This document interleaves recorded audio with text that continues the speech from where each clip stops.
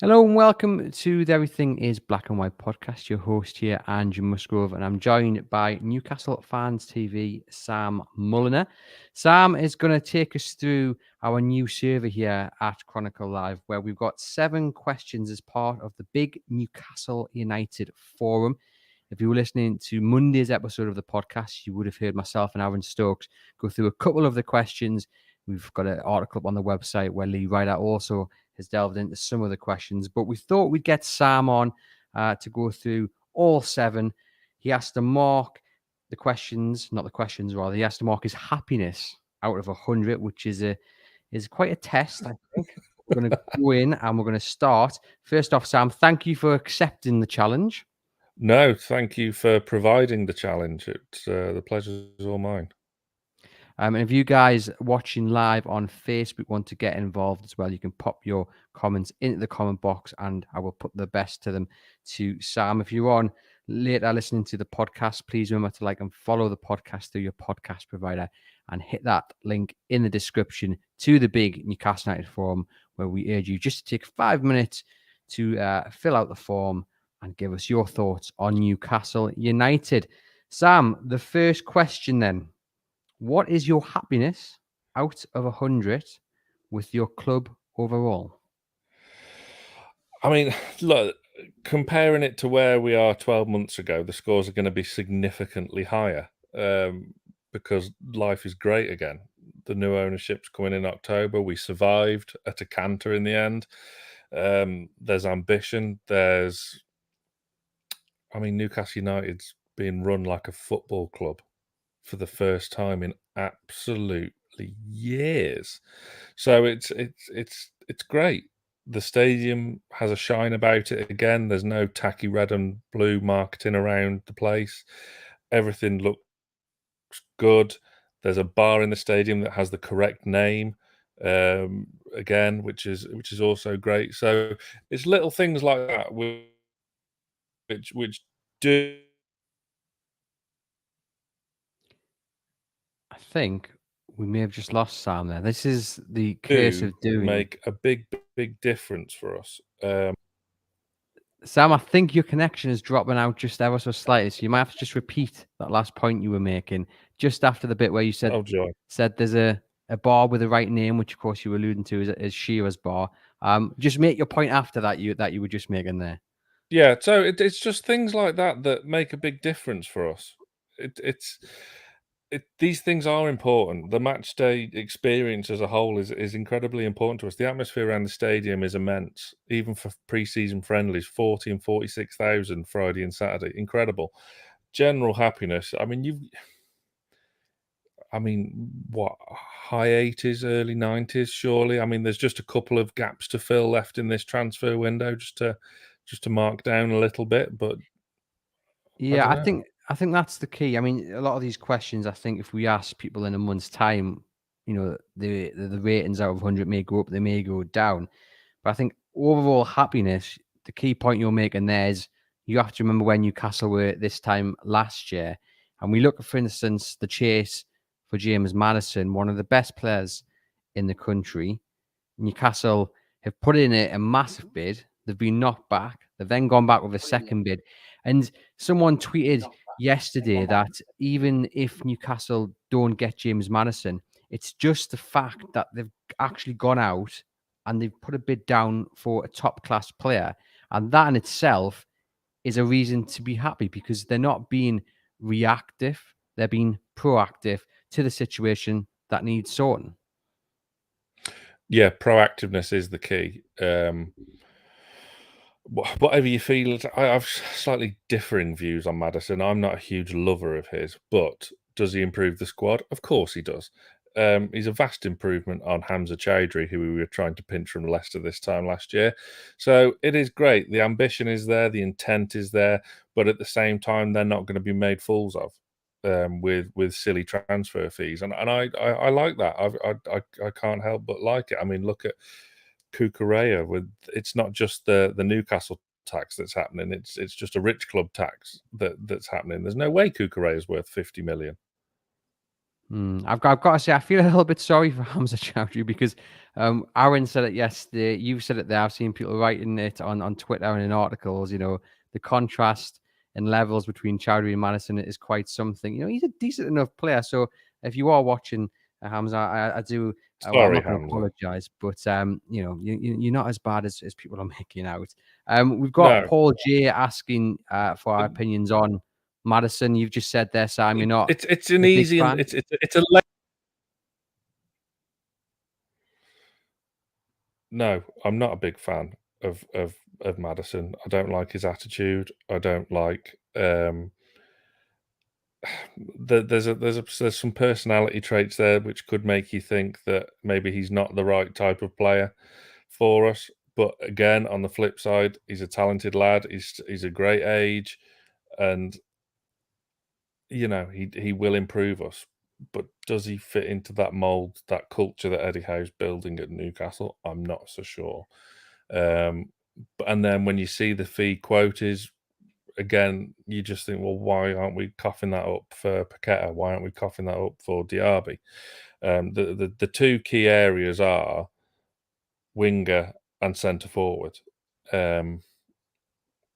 That's where the priorities lie, and we saw that with the kind of blunted attack on Friday night at Atalanta. Whilst the defence was superb Friday night, and I know you can't read too much into pre-season form, but it's what we've got to go on so far. It wasn't the strongest, and a couple of injuries, and we're not completely screwed like we used to be, but it doesn't look as rosy as it could do. So what is your happiness level with your club overall? You said high 80s. I'm going to push you for a number. 88. 88, right. Give me one thing overall that is, playing a key part in you rating your happiness at 88. The connection.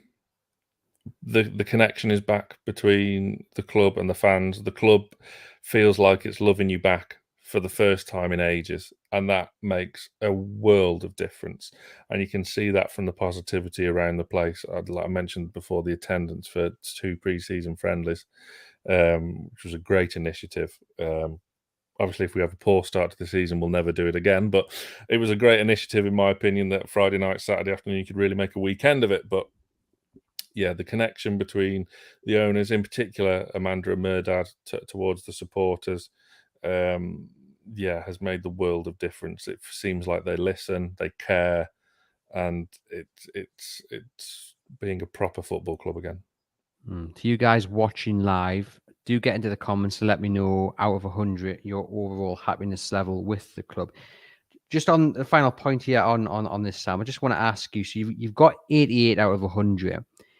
Is part of that high rate and that high mark because of what went before? Mike Ashley set the bar so low that if the new owners had come in and all they'd done is clean the windows at St. James's Park and done nothing else, it maybe still would have been high 60s, high 70s because of just there was pretty much no love and care shown towards the club, the stadium, the fans under the previous ownership. Yeah, I take your point. The bar was incredibly low. It was barely off the floor, but it's they've gone above and beyond, and it is going to take time. We are patient, despite what you read in the press. The fan base is patient for this, because of the absolute shell that the new owners walked into. It was an absolute shell of a football club. But with Dan Ashworth, Darren Eales, there's expertise in there. There's know-how there, and again, it feels like it's a proper football club that's being run to achieve its potential for the first time since Sir John Hall. That leads us on to question number 2 then. And again, out of 100, how much do you approve of your club's ownership? Now, this is a national survey. Every club is going to be asked these questions, from Leeds down to Manchester United. So I think with Newcastle, that question is probably going to be one of the more debatable questions in the pack because of what comes with this ownership. Can you distinguish, Sam, between the criticisms of having a part Saudi ownership and what the owners have done for Newcastle United so far? Yeah, this is a tricky one, and I've been going back and forth with this for a long time, because it's not one where you kind of got to hide behind just football and leave the other stuff out of it. But I do think there needs to be some degree of separation between just football in matters surrounding Newcastle United and everything else. Do I like that Yasser Al Rumayyan's having his photo with and all smiles with Donald Trump out on the golf course last weekend? No way. But do I like how he's bought into the atmosphere and the culture of Newcastle United? And you see the fantastic pictures from the dressing room after the game to see Al Rumayyan and all Jamie Rubin, Amanda and Murdad take part in them photos after the game. That's awesome. That's brilliant. The investment's going to be there for a sustained period of time for years to come, and they're doing it the right way. They're going about their business the right way. So you do have to separate, I think, which can be difficult at times, I accept. But again, the bar was set so low from the previous owner, and they're doing all the right things footballing wise. Football, it is important though, isn't it, to to keep talking about these issues. And I know a lot of people watching, listening will say, "Oh, well, Anthony Joshua's fighting there in a few weeks' time." But the boxing does get criticism. The F1 does get criticism. It's not just Newcastle United. And while I have said, and I do continue to say, Newcastle United fans shouldn't be responsible. On it shouldn't be on them to lead the charge to say, no, we don't want this ownership because of what the baggage that comes with it. Because Newcastle fans don't have control over who owns their club. They didn't have control over Mike Ashley, don't have control over the current ownership. And there's changes elsewhere in society that need to be with the government, everyone, there's bigger players in the game, in society as a whole, that should be leading the charge. But it's a difficult question, isn't it? It's important though to address those issues that do crop up and not just brush them aside, like you say, by saying, well, we're just here to concentrate on the football.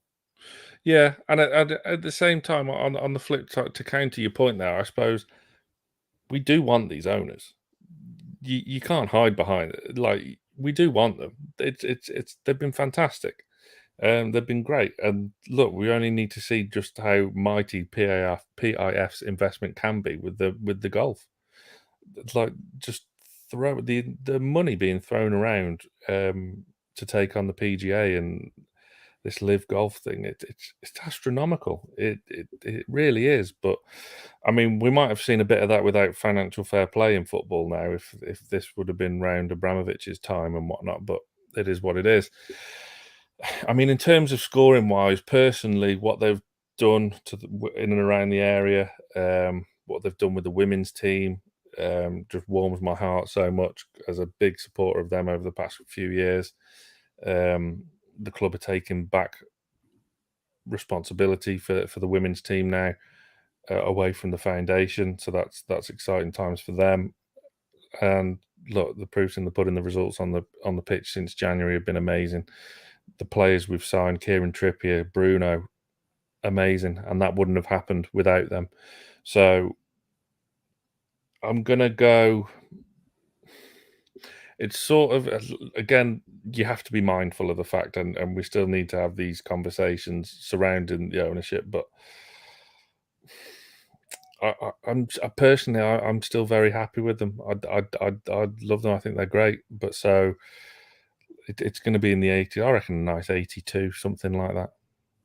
I think there's a really interesting point that you made there, that Newcastle United fans, they do want this ownership. They want owners who want to win things, that don't just want to survive in the Premier League and that's it. But I also do believe as well that had a group come in that had half of what this group have got, Newcastle United fans still would have been happy as long as there was a a plan, an ambition to develop and grow the club. It just happened to be that it is the richest club of the richest group in the world to take over Newcastle United, so to speak. And that's just Newcastle's luck, I guess. Yeah, I mean, if you would have had, say, for instance, the Rubens come in, 100% bid for them on their own, because they have the finance power to do that, don't they? And they themselves have got massive investments in the area and around the country, in particular with the race courses. So yes, there is that, but and the celebrations on takeover night, to add to your point, were about getting rid of Mike Ashley, not because we were taken over by PIF majority. So, but they followed that in with buying into the culture, as we said before, and they've endeared themselves greatly to the Geordie faithful, and long may that continue. So there's a plan in place, there's a structure starting to become in place, which can only bode well for the long-term success of the club. 100% fingers crossed to you guys watching live. Do drop into the comments then, out of 100, how much do you approve of your club's ownership overall? Number 3, what level out of 100, Sam, do you believe your club shows? Bit of a difficult one to mark out of 100, I think. I mean, first of all, let's just talk about the ambition that you are expecting from Newcastle United. Now they've got owners who do want to do more than just make up the numbers. Top 10 in the cup run. Short term. If they don't get top 10 this new season, is that a failure, do you think? Maybe. Considering where we finished last season after giving everyone else a 4-month head start, there's an argument to say that. Will I be distraught? No, because it's a long-term project, and it could be seen as a bit of failure, possibly. You could have that argument. Is Kieran Trippier come to Newcastle to finish 12th and 13th? No. Has Bruno come to Newcastle? Has Sven Botman come to Newcastle to finish 13th and 14th? Of course they haven't. Sven Botman's one of the most highly touted young centre-backs in world football, and we saw that when he played on Saturday. Absolute Rolls Royce of a centre-back. But it could be seen as a failure if we don't finish top 10 this season. We've got Sean here on Facebook saying he wants a top 8 this season and a cup run and build on that. For me, I know I would take finishing kind of top of that mid-table, 11th, 12th, 13th. I know it's not the stars, and it's not the Hollywood script. It's not what everyone is maybe hoping for. What I'm hoping for would be a top 4 finish, Premier League title. That's that's what you would hope for. But being realistic, I think finishing comfortably mid-table, anything else in terms of position would be a bonus. I think having a decent cup run, really giving the cups a good try, maybe hopefully getting to a final of if one of them would suit me, because I think it is a slow and steady build. Now, yes, they spent a lot of money, so we don't exactly know what they're aiming for this season. And like you say, there may be a point of these players have come in not to finish 11th, 12th. The aim has to be maybe Europa League football. Conference League's a possibility now, isn't it? As well. So I wouldn't be it's a tricky one, because after what we've experienced over the past few years, it still does feel a bit dirty to say, well, we must finish top half and have a good cup run. That it's still like a bit, whoa, hold your horses. It wasn't that long, when we were again struggling around for loan deals. But there's some, if we can add properly, if we don't finish top 10, that says to me we haven't got a good backup striker in place and Wilson's got injured. That's what would happen for me if we don't finish top 10. I think that's what would have happened. So it's important. There's still, a good month to go. Well, less than a month now, obviously started August, but there's plenty of time left in the transfer window to get the 2 that we need. If we can, start the league campaign without giving everyone a 4-month head start, that'd be lovely. There's not that big a gap from where we were the last couple of seasons to the top 10. So for me, with this investment that we've had now, and we've got some good, genuine competition for places in that squad, not everywhere, as we know, but top 10 and a cup run, top 8 sounds about right to me. Good quarter final, sneak a semi-final in there, and then who knows what could happen. But yeah, it's a long-term thing, but the ambition is there, and the ambition is there long-term. So I'm really happy with the way we're going. If it doesn't happen this season, it's going to happen in a couple of years. I'm quite confident about that. So yeah, it's in the 90s for me. I'd go 90 out of 100, to be honest. I'm really pleased with the ambition they're showing. Who would have thought Kieran Trippier, one of the best right-backs England have, would sign for us in January? That's incredible. There's lots of different elements into I think answering this question. David Webster here on Facebook says spot on, Andrew. It's not usual that I get a nice comment like that, so thank you, David. He says 12th of the cup run will be a great season for Newcastle. We have to walk before we can run, and for me that is the key point there that David's made, that we have to walk before we can run. We have to go back to remembering where we were and not concentrating on the past, but just taking it slow and steady. Because I think sometimes if you have really lofty ambitions, let's say a top 8, and it doesn't happen, then you're so disappointed. But sometimes you can shoot for the stars too early, if that makes sense. You can, but to that point, 12th in a cup run, isn't that what we had under Steve Bruce? It is, but maybe they win the cup run. And it wasn't all brilliant, was it, on Steve Bruce? There was bad runs of form. And it was a very easy cup run, let's face it. It was. And, they were knocked out by Brentford in embarrassing fashion. They had that awful run of form. Whereas I think the difference for me would be to not to expect too much, but also to expect more than, just surviving. And I understand that people listening, watching this will be saying, well, look, we've spent this money. We've got these owners in. We had a brilliant end to last season. We need to be doing more than that. But I just go back to the point that this is laying the foundations down for what's to come, and it's not going to happen overnight. It's not going to happen in maybe 2-3 seasons. We've just got to be, in my view, a little bit realistic, because, there's a lot of good teams above Newcastle, and that brilliant run of form they had last season, it's that old saying, a purple patch.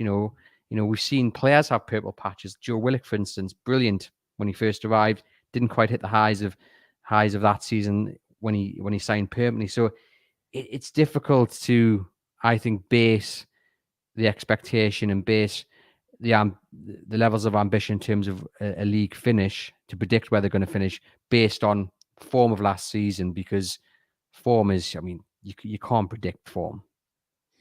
No, but I think all we want to see as supporters is progression.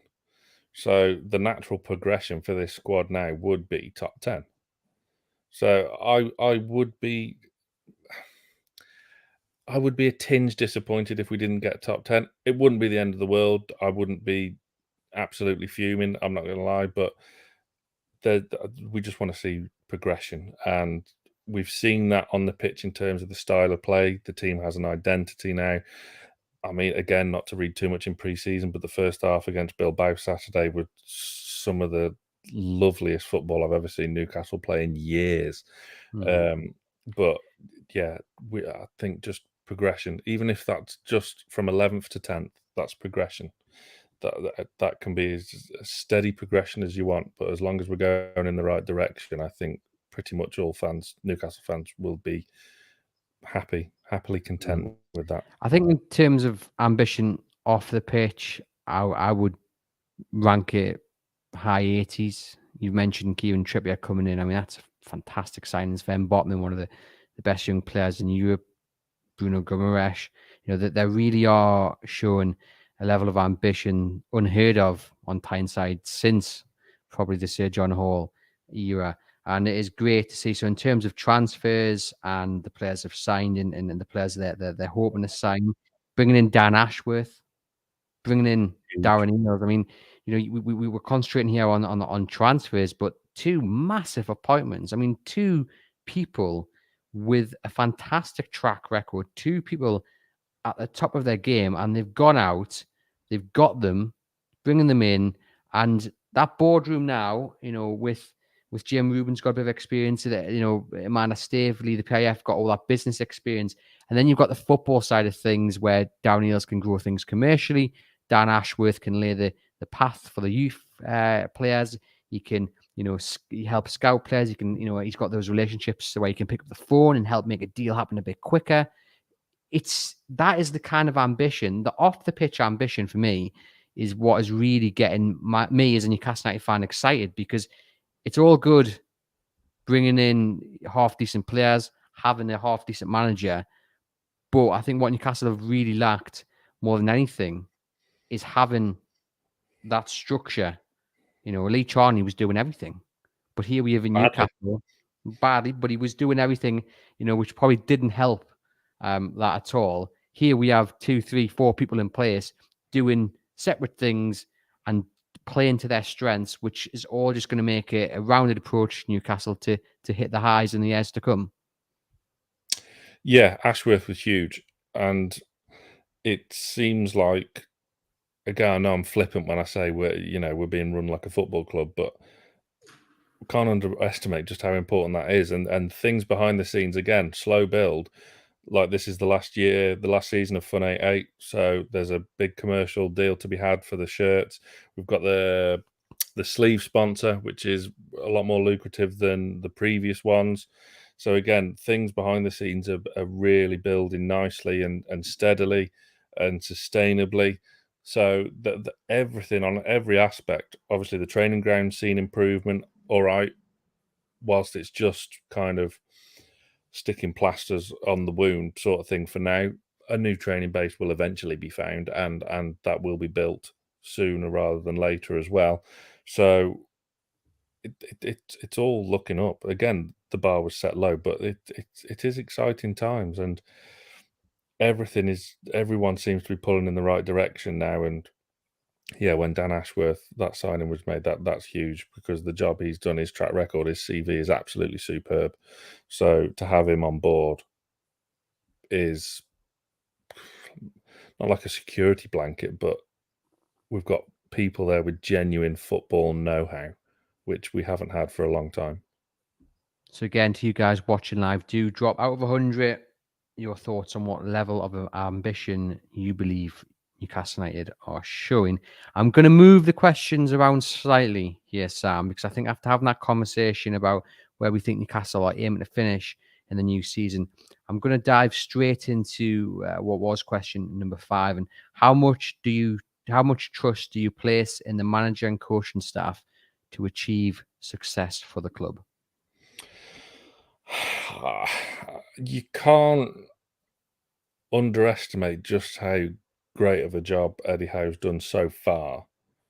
Again, that's another thing that seems to be evolving, and it's an evolution, not a revolution, because you can see guys like Derek Wright, who I had the privilege to talk to the other week, 38 years service, he's now surrendered the reins and allowed a more youthful presence to be done in that department, physiotherapy and sports science and all that. And Simon Smith as well has recently left the goalkeeping coaching staff. So there's an evolution happening within the coaching team. Eddie Howe's press conferences are genuinely interesting to listen to, as opposed to the previous managers, which was duller than dishwater and riddled with whoopsie daisy moments. But yeah, the way we go about things now, Graham Jones is still in the stands analysing and passing on info to the men on the ground, Jason Tyndall and Eddie Howe, who's, again, the culture they're breeding there is absolutely brilliant. So, ironically, Eddie Howe wasn't my first choice, but I'm really glad he's here now, because he came into this job with something to prove as well. He burst onto the scene early with Bournemouth, obviously did a tremendous job there after his brief stint away at Burnley.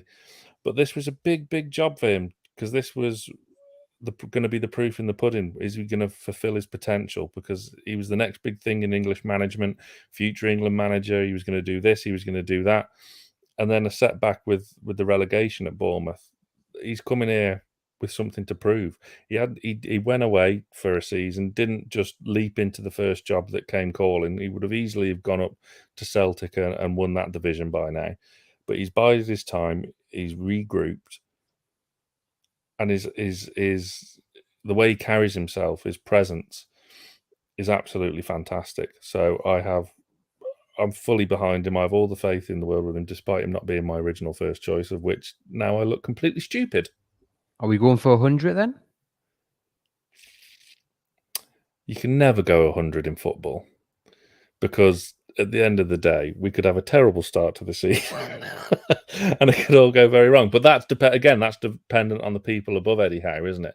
Can they get 2 deals over the line or 3 deals over the line to improve the squad? But in terms of the way the atmosphere appears to be in the camp from the content the club were pushing out during pre-season, it seems like a very, very happy ship to be on. So 95, 96 at least. I think he's doing an absolutely wonderful job, and long may it continue. I think a lot of people will go for a very high number. So once again, if you're watching live, do drop out of 100 how confident you are in Eddie Howe and staff to achieve success at Newcastle United. We have Barry Sloan here saying just what Eddie Howe has done with Joe Linton shows what he's all about. We've got Jeff Smith here saying, I'd like Eddie to stay for a substantial amount of time to develop himself as a manager, given the plan he's rolled out and developing the players we've had. We've got Sean here saying, Eddie will take us forward. He's a young manager and we play the best football we have in a while and got players we didn't think in. Again, talks about Joe Linton. For me, I've said this on previous episodes of the podcast. I don't think this club and the attention on the manager or the expectation on the manager from the hierarchy will be the same as we've seen in other clubs where there's been a big takeover. Manor Staveley coming out and saying, I hope Eddie Howe can be our Sir Alex Ferguson. That's a big, bold statement. She's not just said that kind of, I would hope not just kind of off, a passing comment. That's said with the general belief, a genuine belief and hope that he can achieve success. That being said, though, Sam, we have talked about where Newcastle United might aim to finish next season and then beyond. If Newcastle, do finish, let's say, 15th, 16th this season, they have a horrid time, injuries, what have you.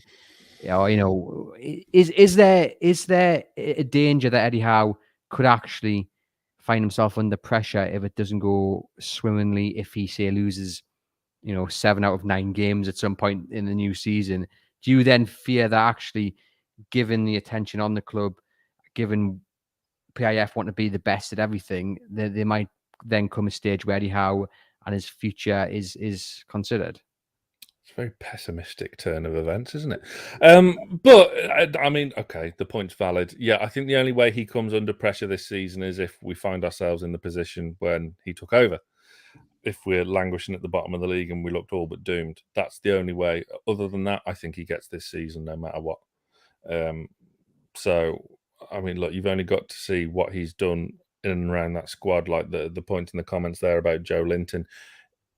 This time last year, if you'd have said Emil Kraft signing a 1-year extension, everyone would have had their head in their hands. But look at what he's done. He's turned him around and he's a genuine... I mean, it's almost harsh calling him a backup to Kieran Trippier now, but that's what he is.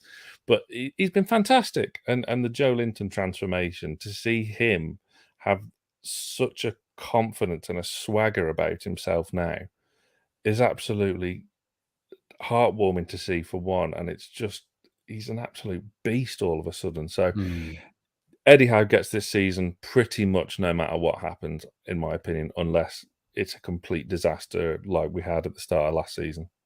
What I will say there to my question, you called it pessimistic. I think we've got to ask the tough questions. It has been spoken about as well, in other media outlets. For me personally, I think I've got full confidence. Like you, I'm not going to go 100, but I just think Eddie Howe's done such a good job. He's got the squad together. They've bought into everything that him and his staff have started here. They look so fit. I mean, compared to last season, the start of last season, they look so fit and raring to go. Everybody looks bigger and better built, and like they've all been in the gym. Eddie Howe included looks like he's been bench pressing. I'm not even going to throw a number in, but he looks like he's been to the gym as well. Everyone just looks fit, raring to go. They look like they've had a brilliant preseason. The content they've been putting out on social media, as you've mentioned there, Sam, it just looks like the best job in the world. These players look like they really want to be at Newcastle United. They look happy. They look like they're having, great banter. Everyone's buying into the project. Of course, it is a results-driven business, but I have got full confidence. I'm going to go in 95, 96. A few people have gone for that as well in the comments. That's my level of trust in Eddie Howe, Jason Tindall, and the rest of the staff to achieve success for the club. I suppose it just goes back to, again, how do you define success? I mean, Eddie Howe's Newcastle last season was a tremendous success. I mean, I was stood outside Molineux in October going, right, well, that's it. We're done. Derby's back next season and we're in the Championship and we're finished. And then, lo and behold, a couple of weeks later, the takeover happens and life is great again. So defining success is an interesting one because, as the previous question stated, top 8 and a cup run would be tremendous success this season. So, I mean, a happy squad is a dangerous squad, and you can see like Bruno's just been a ray of light in more than one way. He's on the pitch, off the pitch, he seems like a fantastic character to have around. And on the flip side, you have the characters like your Jamal Lascelles and Matt Ritchie and John Joe Shelvey's who have been there during the real dark days, but still have a commanding influence in the dressing room. Matt Ritchie on Saturday was barking orders left, right, and centre when the press had dropped, when Bilbao were getting on top in that second half. Whether he stays or whether he goes, he's been a tremendous servant to Newcastle United and will forever be fondly looked upon in the Northeast. But yeah, it seems like a tremendous blend, which is why, to go back to the original points about like James Madison and things like that, will he fit into the squad with some of his character traits? I'm not convinced. It's going to be an interesting one. We've got a few comments here on Eddie Howe. Jeff Smith says, you shouldn't doubt or be pessimistic about Eddie. He's proved himself. He's blown European managers out of the water for what he's achieved. We've got Roger Cook here saying that a question on things going wrong was a valid one, but he can't see us finishing that low. We've got Kurt here saying, always rated Eddie Howe. Wanted him here since before the Rafa appointment. Have all the faith that he can bring success to the club with the help of the owners and board. So Eddie Howe definitely getting the big numbers. We've got Roger out there adding that he would put 93% trust in Eddie Howe and the coaching staff to achieve success for the club. Next question then, Sam, we're going to go with out of 100 again. How happy are you with your club's transfer business? And again, to those watching, get involved. Out of 100, how happy are you with Newcastle United's transfer business so far? I mean, this one's going to be slightly lower because there's gaps to fill, but only slightly because let's compare it from other recent years. It was very, very rare we'd have this much business done so early. We'd be scrapping around towards the end of the window trying to get deals done. Sven Botman is a fantastic signing. He obviously, most supporters that got their first proper look of him at the weekend and just looks like not bored, but like it just doesn't seem to, again, not be interested, but he's so casual and so laid back, but he's clever. He's very, very clever. There was a long ball punted forward in the first half, and he had to turn and twist to run back towards his own goal, and I think it was Williams that was chasing him down, and he just brought it down out of the air, and he wasn't even really looking at it, and I just thought that is a touch and a half. He just looks. I said this after the game. He looks like he's worth every single penny that Newcastle United paid for him. I mean, I got carried away a bit. Well, not too carried away because he's continuing to prove me right. But early on into Bruno's first few appearances, I said he could be the best midfielder I've ever seen play for Newcastle. And like, again, I don't want to like disrespect what's happened with like Rob Lee and whatever, but he might be. He's not proving he's not proving me wrong. So with Botman, again, I don't want to get too over hyped with the preseason form or whatever, but he just looks so casual and so clever. He's got complete awareness of what was happening around him, and then just lolloping around. And then when a ball comes to him to try and go over the top, or he's just nope, cut it off. Dispatched a beautiful 30-yard pass. He's like Florian Lejeune, but 10 times better. And I loved Florian Lejeune. I thought Lejeune was fantastic, but Botman looks different gravy. And again, like when we were linked with him in January, I said elsewhere that he could be our Vincent Kompany for years to come, and we're starting to build a spine of the team. And I think I was right on that one. He looks phenomenal. So as far as transfer business goes, I think that's 100 out of 100 for that particular deal. Elsewhere, the Target deal, sort of a no-brainer, wasn't it? The way he played at the end of last season. My personal feelings was that if he didn't sign, it wasn't the end of the world, but I was definitely not against it. Nick Pope, 10 million for an England international goalkeeper who, if he starts this season better than Jordan Pickford, may well be starting for England in the World Cup in November. Who knows? That seems a bit of a snip. It's just them two big gaps, isn't there, on the wing? I think we've got John here saying transfers, I'd say 60 so far this summer. We need a right winger and a striker still. Squad looks weak in those areas. And I think, as I said before, I think a lot of people's answers will be different come the end of the transfer window. If Newcastle haven't signed at least in one of those positions, and for me, it has to be a striker.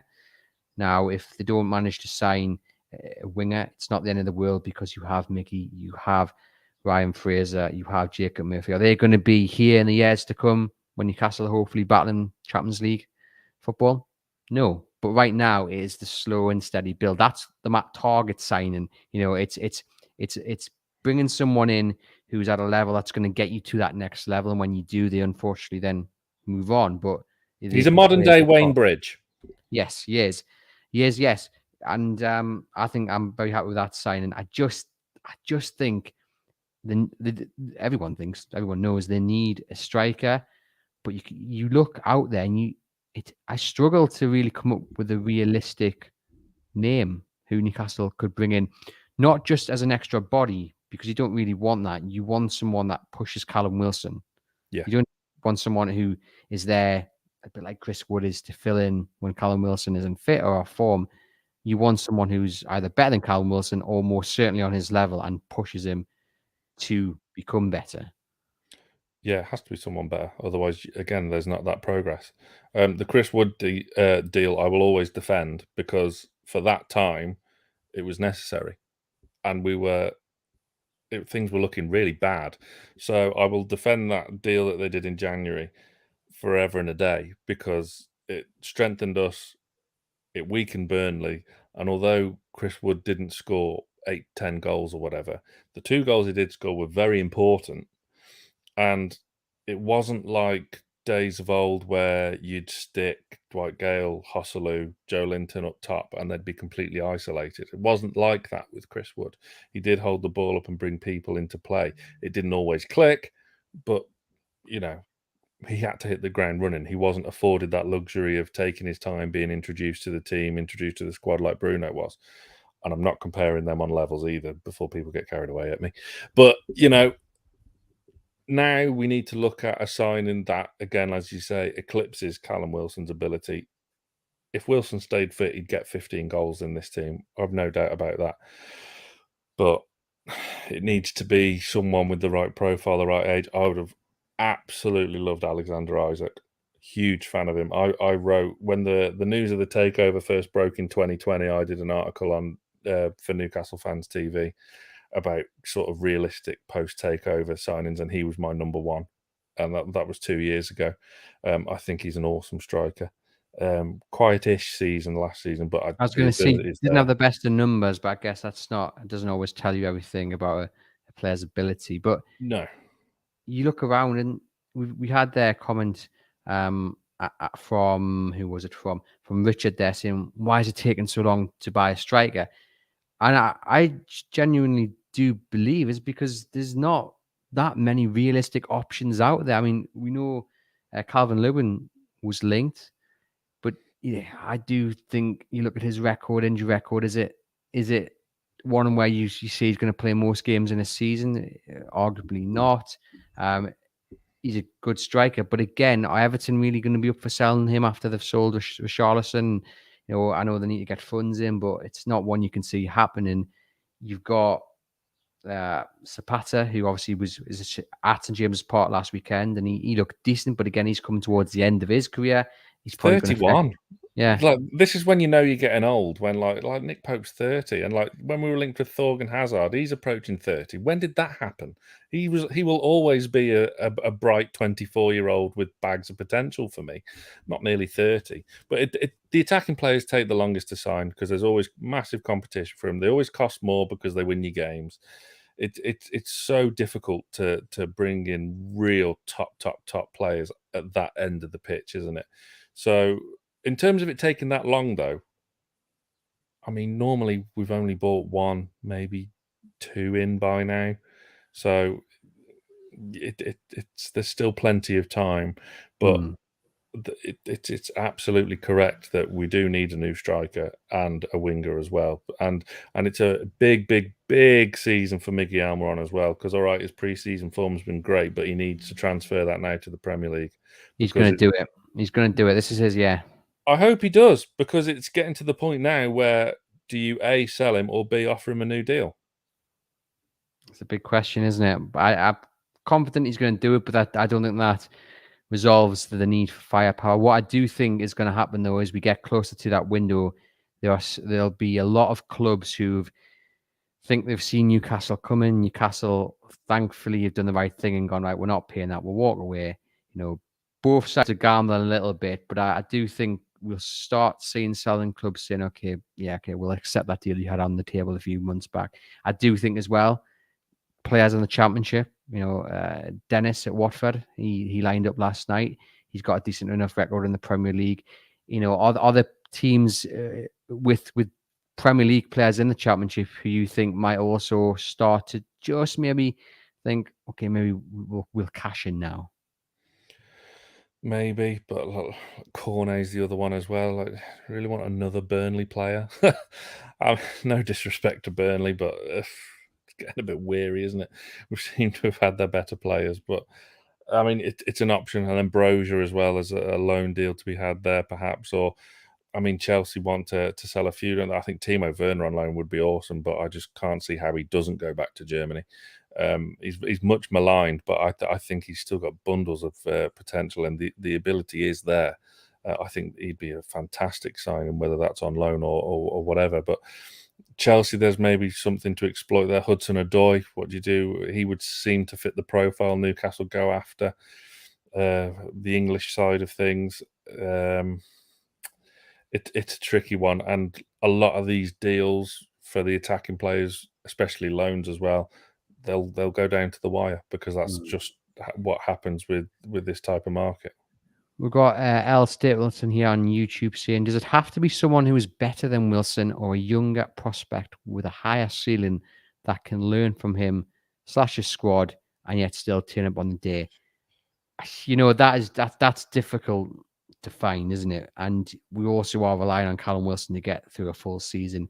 His numbers don't suggest he can do that. And I think it's one thing having a younger striker coming in and saying, well, here's Callum Wilson, top class Premier League striker. Go and learn from him. That's one thing. But then go and actually, whether he's now out for the next 6 weeks, go and do the job he was doing. That's a total different ball game if you're a 19, 20-year-old to do. Wolves did the same thing with Fabio Silva, and now they've just chucked him out on loan. Oh, well, there you go. Can you learn off Jimenez? Oh, Jimenez is injured. Away you go. And Fabio Silva had a real lofty reputation as a wonder kid, didn't he? And now he's gone out on loan. So it's a tricky one. It's an absolute minefield, that top end of the pitch. It's where games and lofty ambitions can be won or lost. So if that's the reason why it's taking so long. But for me, the dream would be Alexander Isak. I think he'd be our number 9 for years and years to come once Wilson's past his prime. But if Wilson stays fit, we're in business. There's no doubt about it. I agree with that. Fingers crossed he can. So go on then, out of 100, just remind us of your score for the transfer business so far. So I'm gonna go 78. Just because there's two, you would have hoped they would have filled one of them 2 spaces before Forest, which is now increasingly looking unlikely. But the business, the deals they have done have been fantastic. But in particular, Sven Botman. It was very telling at the start of the window when Villa signed Diego Carlos from Sevilla that we just let that deal go by, even though it was cheaper, because that's Botman one of was the things. main. That's one of the things I've enjoyed about Newcastle's approach to this summer window. They had the top 2 targets in Botman and Atekier. They stuck with them. Obviously, one's gone to PSG, one's arrived. But as I mentioned in yesterday's episode, there's been no scattergun approach. There's been no panic. They've clearly got a list of A, B, C, D, and they're working through it, because it would be easy just to chuck the checkbook at it and go and sign, X, Y, Z. Someone who doesn't fit into Eddie Howe's system, doesn't have that attitude that Eddie Howe clearly likes among his players. But they haven't. They're working in unison. They're working to a plan. I don't think we'll see them panic towards the end of the window at all, even if they haven't got another striker in. I think we'll see a calm and collective approach, because throwing money at it, as we've seen at Leicester, as we've seen at other clubs in the Premier League, it just doesn't work. And down the road, as we're now seeing at Leicester, you will end up paying for it, because you have to, if you chuck money at things, you have to have success. So I think we'll see, as I say there, a calm approach to the end of the window. And I do think we will get a striker in, but it might go down to the wire. Another positive, quickly, is the outgoings.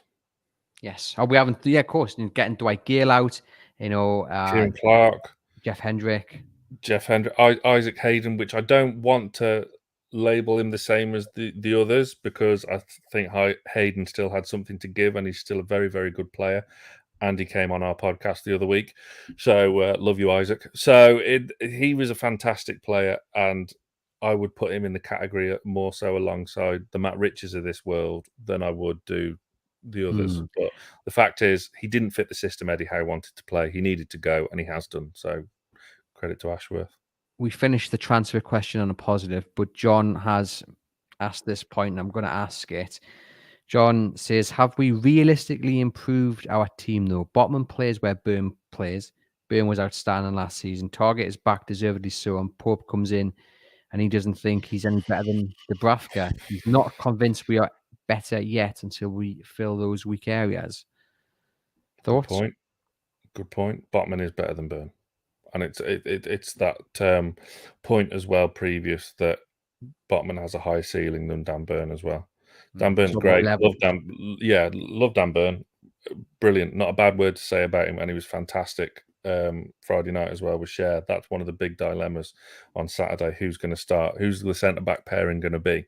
Because all 4 played well across them last friendlies at the weekend. We have improved our squad.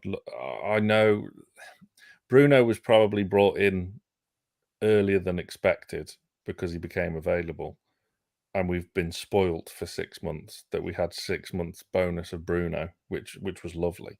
So to see Target get a full season, Bruno get a full season, Joe Linton get a full season in midfield, the squad, if you look from where we were 12 months ago, we've improved massively.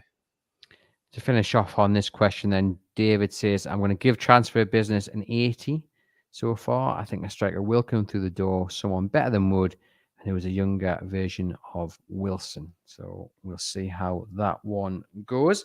And the next question is, how much of an emotional connection, again, out of 100, do you feel with the existing squad? It's a very interesting question, because we've just listed a few players there who've gone out the door, who've been here for a long time. And I think Newcastle fans, given how the club was running under Mike Ashley, the constant battling against relegation, felt a big emotional, connection with the likes of Isaac Hayden, Kieran Clark. because they'd been at the club so long. I mean, Matt Ritchie's still here, and I'm a big fan of the way he shouts and controls the game and his passion and the standard he sets. But we are starting to see, and this is what comes with progression and a change in ambition and with a plan.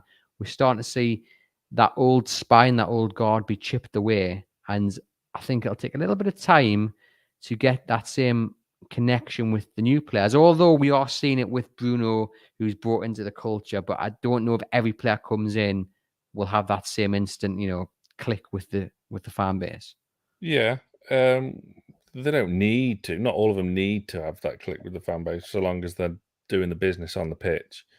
But the reason why, I think the reasons you just highlighted there was because the squad didn't evolve anywhere near quick enough over the past 5 years.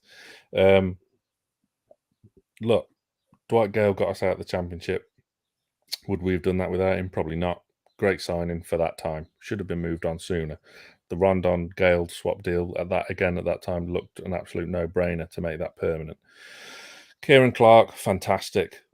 Just at the back end of the final full season under Bruce, just seemed to never really recover after that horror show at Brighton, and didn't look the same player since, but still had a few very, very good years.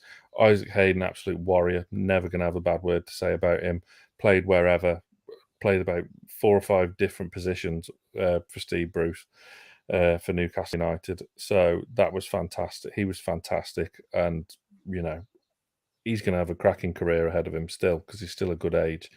The fact is, we have got him out the door, which is a positive. So we're not left with 4 or 5 Henry Saives. So the emotional connection I'll always have with the squad, to be honest. I wish these guys all the best, because they were there at the dark, like some real dark points for the club when things were looking really bleak. I know we had Rafa at the club for some of that, but that was always clouded by, will he go, will he stay, will he go, will he stay, is he going to get back? No. Oh, there you go, he's gone.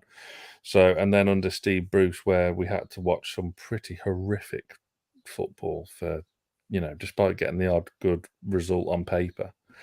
So I have all the love and respect for them in the world, and thank you for your service or whatnot. But again, like you say, it's evolution, maybe a tinge of revolution as well with the new embarrassment of riches we've got.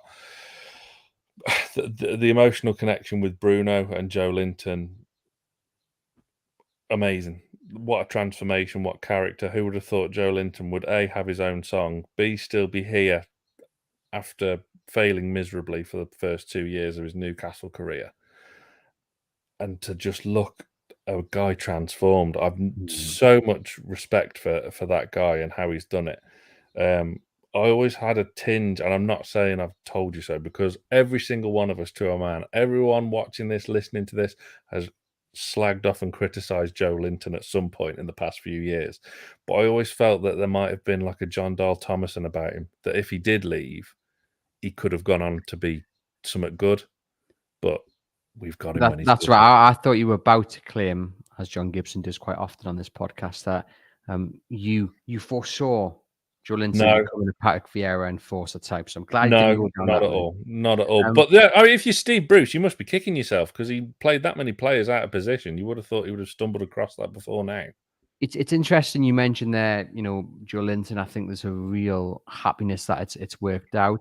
I think there's certain players in that squad, as Newcastle fans, as a Newcastle fan, I'd really like to see it work out for. So Jacob Murphy, for example, he's a fellow Newcastle United fan. If he I could would finish. love it.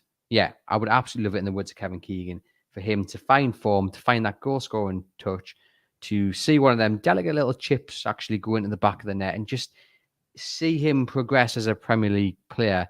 And sometimes that emotion and desire to see that does sometimes overshadow probably the reality of what is going to happen. But I know there are certain players in that squad which I think you do have an emotional attachment to a bit more, mainly down to sometimes their passion. Callum Wilson is another one I think fans absolutely love, and he's proper cheeky, and I think fans enjoy that. Gumaresh, we've mentioned, seems to be Alan St-Maximin. And well, he's the interesting one, isn't it? You know, it's again, you have to maybe define emotional, because it doesn't always mean, you know, a happy emotion. Sometimes it can probably mean a bit of an angry and a volatile in some cases. And I think with St. Maximin, there's a lot of people who get frustrated with him. Again, though, you are just, I think everyone, even those who are his biggest critic, would love him to have the season of his life, wouldn't they? Yeah. I will always defend Alan St-Maximin. I get the frustration side of things, but that's what you get with that type of player. It was the same with Ben Arthur. I mean, people have sort of rose-tinted glasses when it comes to memories of players gone by, but we used to have the same frustrations with Ben Arthur. We used to have the same frustrations with Laurent Robert, David Ginola, and all these attacking flair players who are just absolutely awe-inspiring on their day. And then it doesn't always come off and work for them. But that's what you get with that type of player. At the end of the day, Maxi can win a game on his own in an instant, in the blink of an eye. So that what he's achieved in a sort of strangled Newcastle United over the past couple of years has been exceptional. So the proof is now going to be, can he kick on and prove what he thinks he is? I did mention two players actually there with regards to the emotional connection to being a Geordie. Sean Longstaff is another one that I think everyone really would like to see him find that form he first had when he first came into the team. He's looked really sharp when Eddie Howe finished the season strong. He's had a good pre-season, and he's no longer, I don't think, a question of his backup. I think he's forced himself into that first team picture, even when everyone's fit. So I've been really impressed with him. And of course, the other one is Elliot Anderson. And John asks, do you want to see young Anderson stay in the first team? Again, part of the answer is probably going to come around due to the fact he is a Geordie and he's got family history. And the dream of many Newcastle United fans, as it was during the Sir John Hall era, is to have a load of Geordies in the team. It's unrealistic, but if one can come through and become the Geordie Maradona, as Joey Barton has labelled him, then that would just be the absolute dream.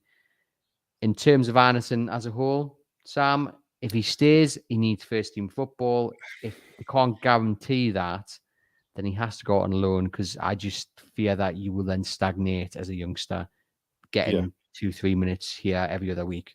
Learn from your previous mistakes, like your Matty Longstaffs. Although, saying about a Geordie team, we finished with an NE29 midfield on Friday night with the two Longstaffs and Elliot Anderson. So, if a good loan arises, if Shola and Peter Ramage can work their magic and find him a good championship loan, I say let him go and do it and play football at a decent level, because a good loan move is worth their weight in gold. From what we hear, it seems like that's not going to be the case, and he's going to stay in and around the first team this season. Eddie Howe might surprise us. He might be on the starting team sheet for Saturday. It's unlikely, because I think it'll be Sean or Willock, won't it? But I'm a huge Sean Longstaff fan, always have been. So it's a tricky one, but for me, if a good championship loan arises, then you've got to go and let him test himself there for a season. So just out of 100 then, your emotional connection to the squad?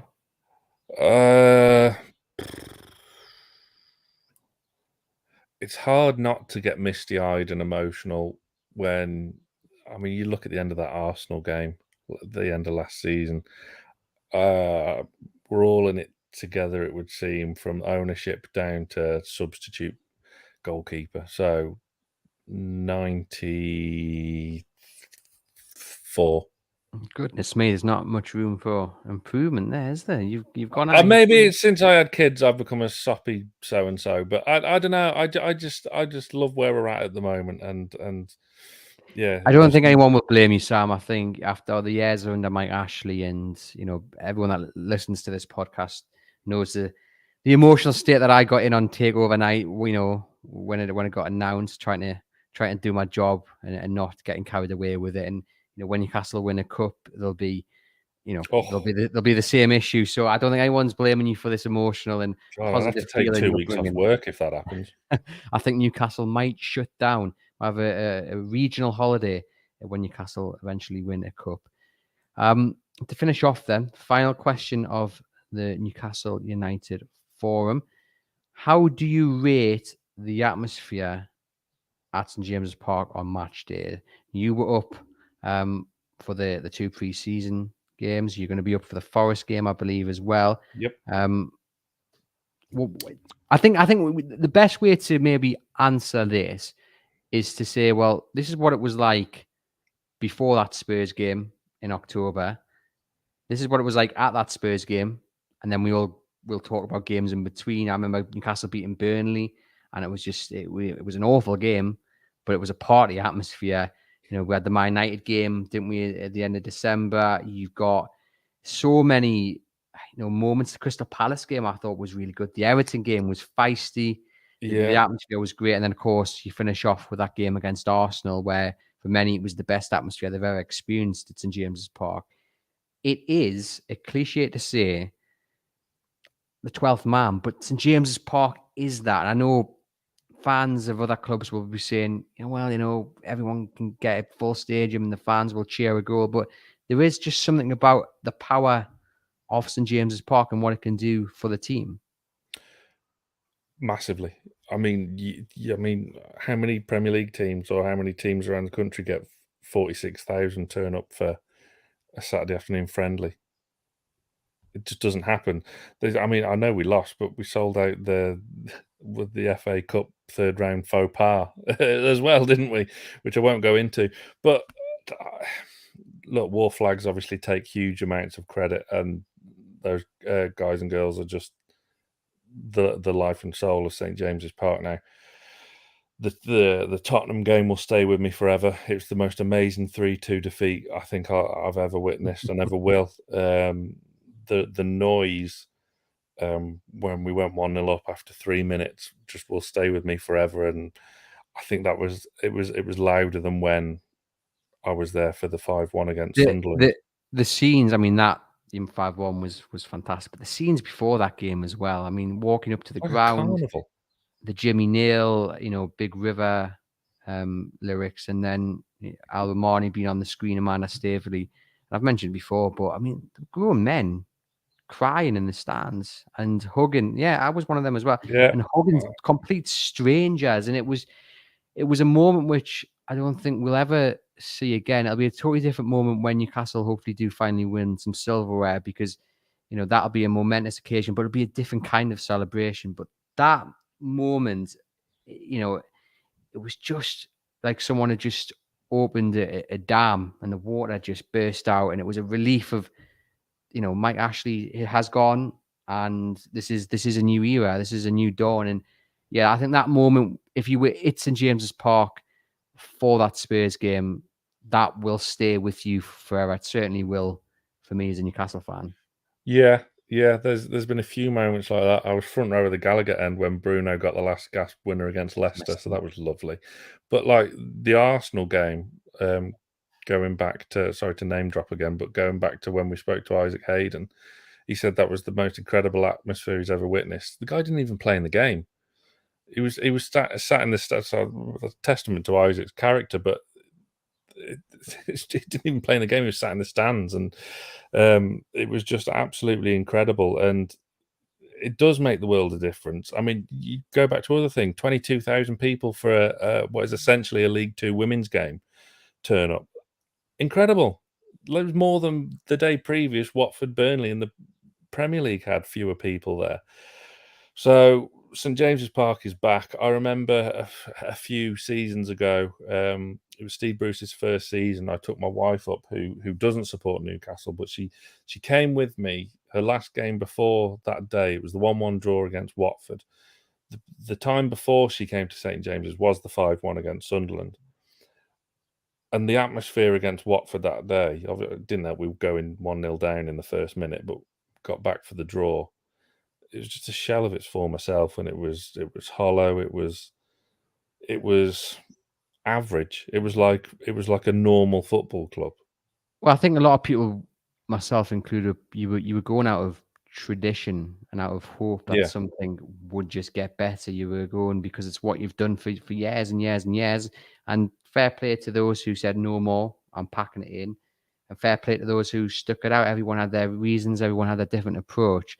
But you weren't going to really enjoy it anymore. You were going to see your mates, or you're going with your dad or whatever. But you weren't going to enjoy the football, because under Mike Ashley, it very much became a question of, well, what is the point? If they're not going to do what they need to do in the boardroom, then what is the point of turning up and watching it? Because it wasn't enjoyable. You were wasting your afternoon, and it was still costing you.